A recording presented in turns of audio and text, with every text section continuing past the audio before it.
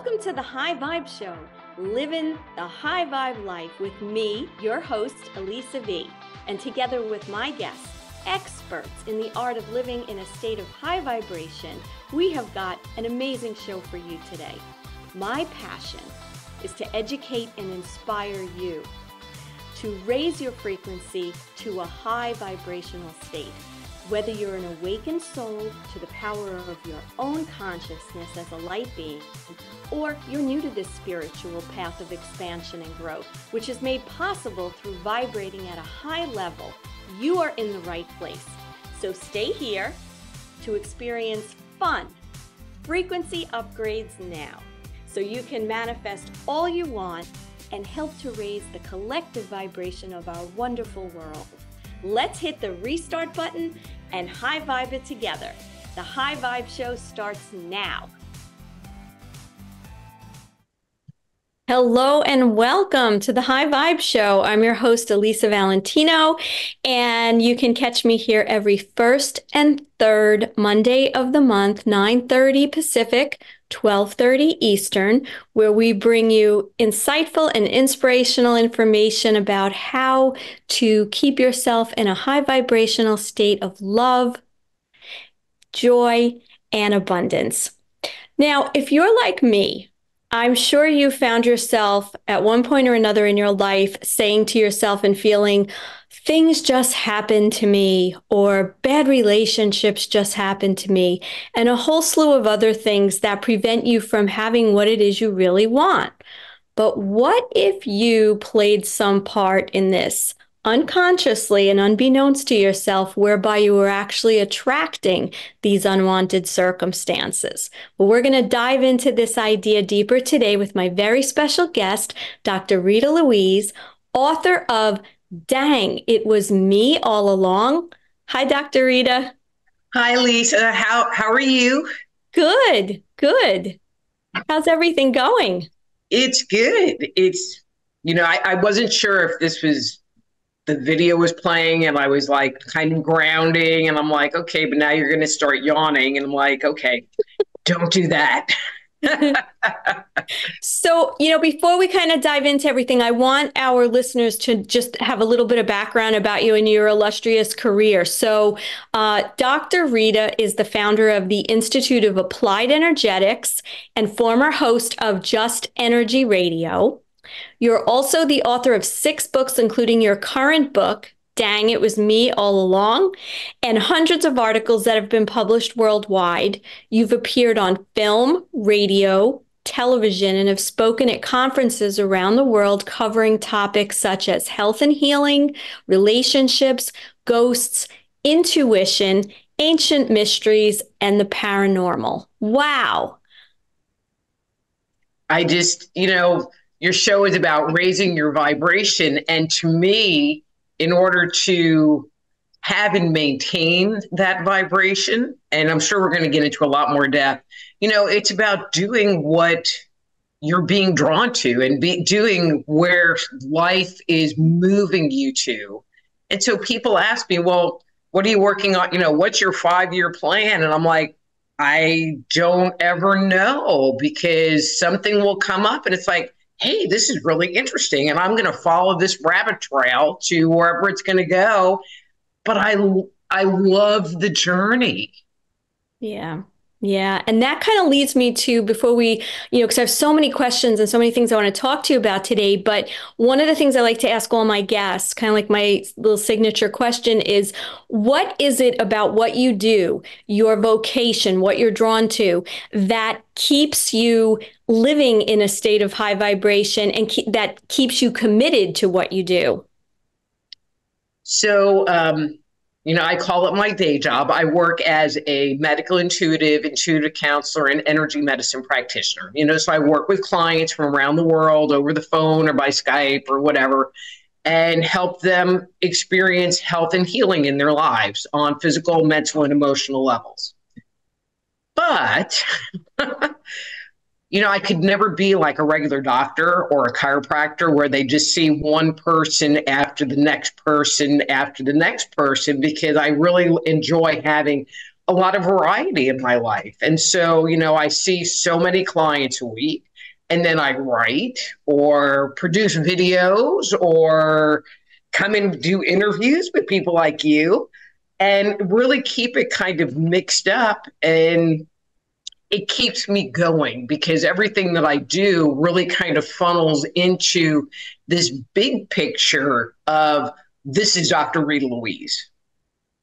Wow. Okay. Yeah. So it's the combination of kind of going wherever you're drawn to and having that the different things that you're doing and not just being in that kind of routine that keeps everything moving and feeling, I guess, inspiring for you. And So tell me, fresh.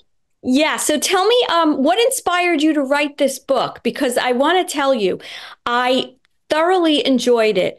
I read it like literally in a day. I took a little break here and there, like, have a drink and deal with my pets. But I just went right through it. And one of the things that I really loved about it, first of all, being in the healing profession myself and coaching, there wasn't anything that was so like, oh, I never heard this before. This is just so, but I just love the way you were able to take these kind of scientific and psychological topics and really bring them to uh, just an easy to understand way, like just such a nice common sense, mixed in with some of the science, the way you explain it is just so easy to understand. And you do it in such a way that like I resonated, with so much of what you said and my own journey, and how we can kind of get in our own way and not even know it. So Mm-hmm. tell me what your inspiration was in writing this book. So this story is extremely embarrassing. So prior to writing this book, I was dating, well, he moved in with me, this guy. And I started dating him after I dated this other guy, and who I learned the word narcissist at the end of that relationship. And so started doing a lot of investigation into narcissistic relationships and attachment issues and and ended up writing a book called The Dysfunctional Dance of the Empath and Narcissist. So I was finishing that book and I'm like coming up with a final chapter, and it was a message of hope. And I talk about this new relationship and how great he was. I read it now and I'm like, oh God, what was I thinking? And because he turned out to be a narcissist too. But at the same time, it was during COVID. And so my business wasn't doing good energetically. I'm very sensitive, and the vibe on the planet was fear, fear, fear, fear, fear, fear. And it was so hard to be in alignment and to have a high vibration. It was just beyond challenging. And I've learned that when I'm not vibing high, then my business doesn't do good. There's definitely a direct correlation. Yeah. And so the relationship's not doing good. I'm looking at going and getting a day job. I mean, I haven't had a day job in a lot of years. But I was scared because what do you do when it's falling apart? And this guy was no help, financially, zero help. And got rid of him. And I finally had to ask myself, well, what do you really want? You're in this place where, you got nothing, pretty much. And what do you want? And what I decided was I wanted to be happy and I wanted to experience inner peace. And that was my total criteria of moving forward. But I didn't know if that was something that you could do or achieve or go after. I mean, I just figured there are happy people and then there are cranky people like me. And, there's not a whole lot of middle ground. But after not much research, because I love researching, I discovered that it was something that you can bring into your life. And that just kind of set the stage for moving forward with this topic. And as I was researching it, I was incorporating a lot of the ideas into my own life. And so, the book is not just hollow words that I'm sharing with people. These are things that I did. and it worked. And my life is totally different. Hmm. Wow, I love that. And I can really relate to that because, this whole idea of like, things just happen and we just kind of like, oh, gee, I just met another guy that's just not, making me happy, or I'm in a situation. And, from my own personal experience, having gone through a very bad divorce, 8 years ago, took 2 years. And then there was all these post-divorce issues that were always happening, and I just was in this mindset of being like a victim. And I remember the exact moment, like what you say, like when you start to get clarity about how you have so much more control over your own happiness, because it is possible. And I was walking my dog and I was just lamenting, like, why does this have to happen to me? Why can't he just abide by the agreement? And why do I always have to, go back into court? And why do I have to spend all this money? And I was just, all these whys. And it was like something just happened. And I said, you don't. Like, you don't. If you move your ego out of the way and not be so set on this idea that he's supposed to do something where, he is, and I'm entitled to it and I deserve it, but you don't, no one's forcing you. Let it go. And all these other great things will start to happen because you'll remove the negative energy and you'll just move on to a whole new part of your life. And it was literally during that walk that I said, I'm done. I'm done. I'm not going to court. I'm not fighting this. I'm not chatting. I'm not talking. Done. It'll happen. It's all going to come towards me. So is there something, I know you speak about this a little bit in the book, so I'd love you to expand on it. Is there something going on inside of us that is keeping us from feeling contented with ourselves and our lives? Like, why can't we just be? Like, what's going on? Well, one of the little facts that I discovered was, and I'm trying to think of the name of the study, but it eludes me in the moment. But they concluded that 80% of our thinking is negative. And so, and if we're thinking negative, we're in fear, we have anxiety, we're worrying, and so we're in this bad place. 80% of the time, it's like, holy crap. And so that's not even conscious, right? I mean, that's like, we don't even know we're doing it, or we don't have something that like stops us to go, whoa, this is what I'm thinking, or this is where my thoughts are going. Correct. I mean, because many of us live on autopilot.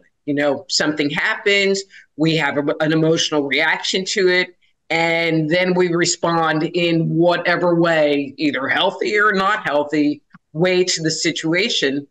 And we don't think about it. We just assume, well, this is who I am and this is how life is. And we just accept it as our lot in life and don't realize that we can intervene in that whole thing. But going back to your first question, I really want to make this point. It's like we have those lives because we're so trapped in our negative thinking and don't realize that that's something that can be changed.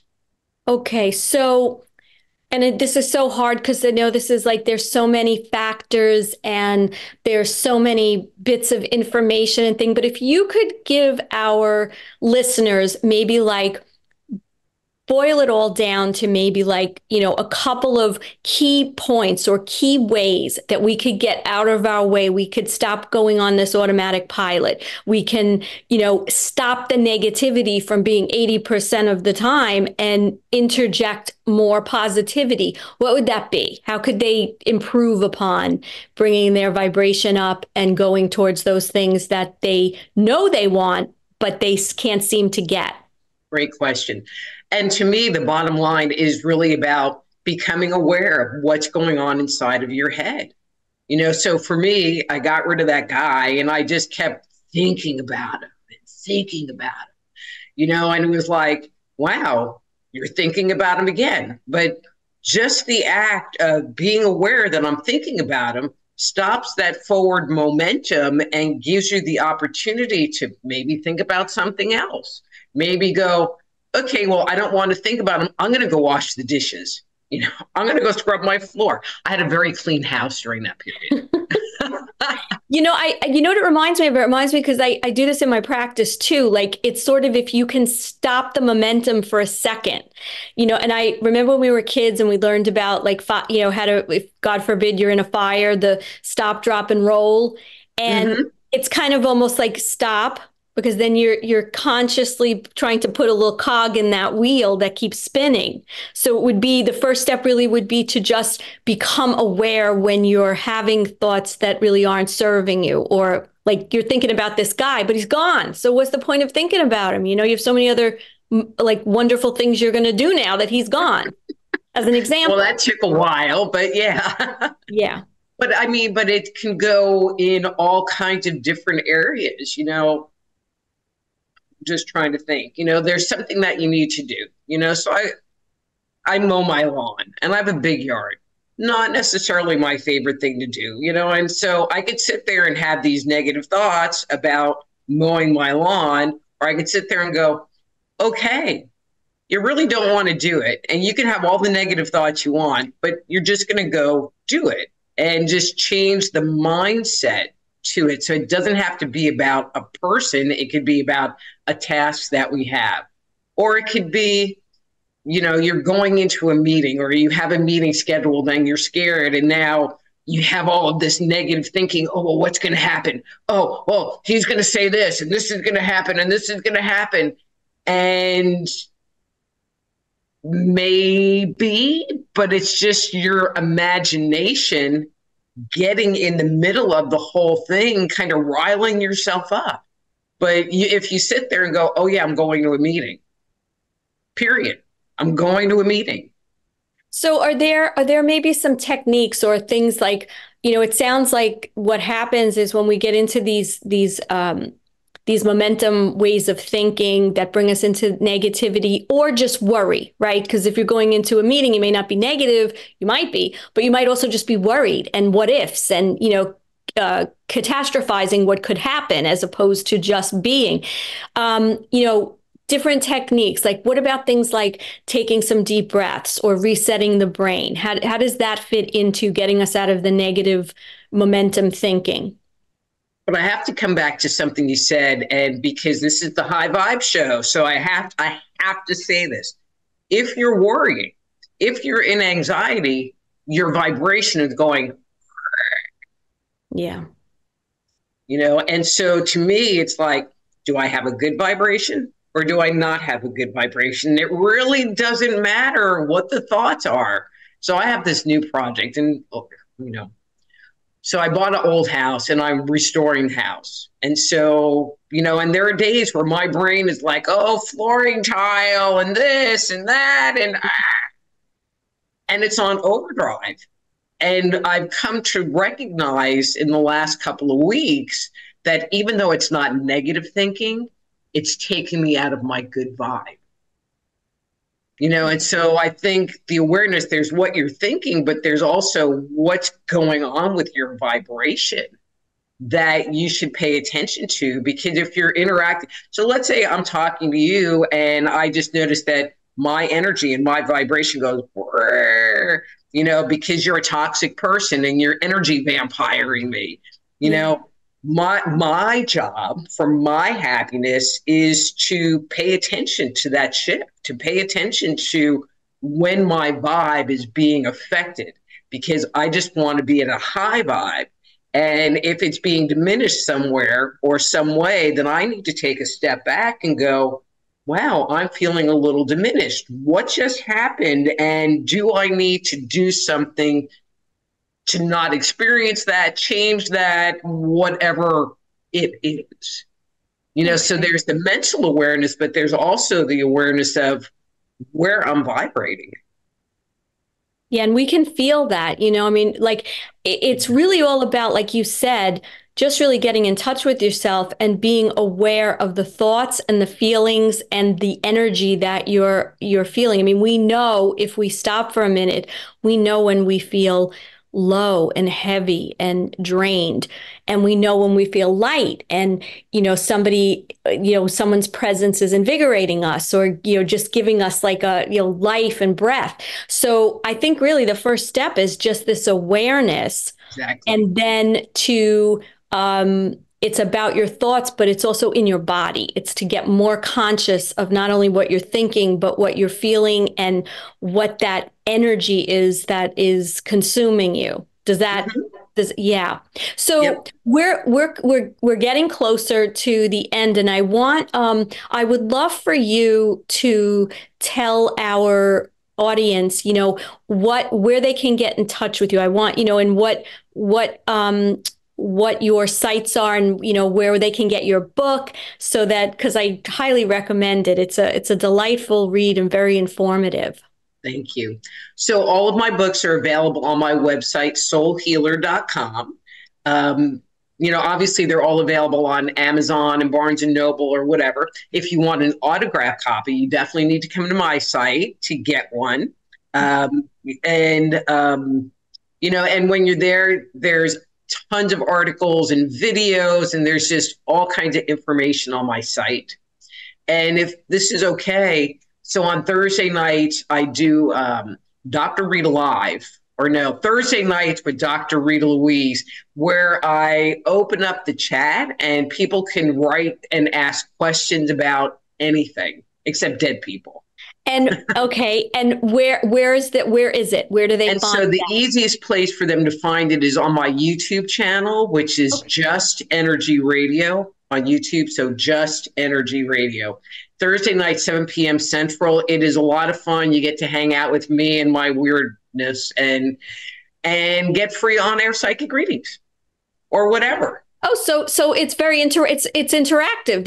Yes. They get to actually interact with you and ask questions. And so it's Yes. just because you said, you are an energy healer, but they can't ask about dead people. So does that mean you're also a medium? Do you have No, that? I'm not a medium. And Okay. I'll answer anything except questions about dead people. So don't ask me about like, do you have a message for me? It's like, no. Okay.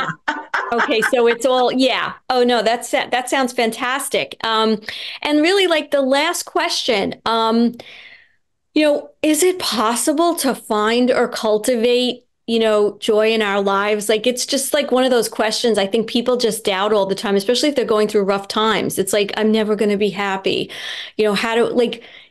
Is it possible? It is totally possible. And I was a doubter, I was a not believer. And I found that by starting to pay attention, I started employing tools like breathing and tapping and some other meditation-y type tools that within 6 months, I noticed huge changes, huge changes. And I liken the whole thing to dieting. Dieting is not hard. You just shouldn't eat food. Basically, that's the whole premise of dieting. So it's not like you have to exercise or do all of this stuff. You just don't eat as much food. And this is the same thing. It's a practice. It's the practice of being aware of what's going on in your mind and not just pulling it out of the drawer when you're in a really bad brain place, but doing it a little bit every day, and just having that awareness become part of your life and your lifestyle, because then you can catch it early on. Or if something really does trigger you or create an issue, you don't necessarily hit as big of a downward hole as you might have been earlier before starting this practice. Yeah, so it's really about being, daily making a commitment to yourself to understand yourself more and to be aware of what kind of makes you tick. Like what is it about you? It's so sad because with all the different things they teach us in school, right? Most of it is so useless. And it's not about teaching us how to just live with ourselves and about ourselves. And it feels like there's a lot of shifts right now in the world and, with the energy and, just everything is kind of coming up a little bit and ascending where people are becoming more awakened and more aware of just how important that spiritual part of us is, in spite of having to go to work and be a little bit on a hamster wheel. You need to make that time every day for yourself. So mindfulness is so, and on the subject of mindfulness, like you said, it doesn't mean you have to take like an hour and sit in a lotus position and, have the perfect music on. It's just about those small moments throughout your day where you're becoming aware and having awareness and quiet time to just kind of listen to what your mind and your body is telling you. Well, I mean, for me, I take my dog out, like he goes on a little tether, and I sit out there with him, or else he just stands at the back door. And and so while I'm out there with him, I will spend a few moments working on my mindfulness and breathing and practice using my tools. Or Yeah. sometimes I'll do it in my car at a red light, and I find these moments. And so, how long are you at a red light? Not very long. Yeah. But it's the perfect opportunity to spend that moment exercising your happiness. Yeah, I love it. I love that. So, okay, one more time, tell us your website. Just tell us the website again. Yeah, it's soulhealer.com. Excellent. Well, I want to thank you, Dr. Rita. This was absolutely delightful. Again, your book is Dang, It Was Me All Along with a question mark. And I want to thank all of our listeners today for joining us again on the High Vibe Show. And we will see you all very soon. You've been listening to the High Vibe Show, living the high vibe life. I'm your host, Elisa V, the Queen of High Vibe. Join us every first and third Monday of the month at 9:30 Pacific, 12:30 Eastern on Transformation Talk Radio. This is the place to come for you to have loads of fun, frequency upgrades now, and have great guests to hear all about raising your frequency. For more information, visit hittingtherestartbutton.com. See you next time.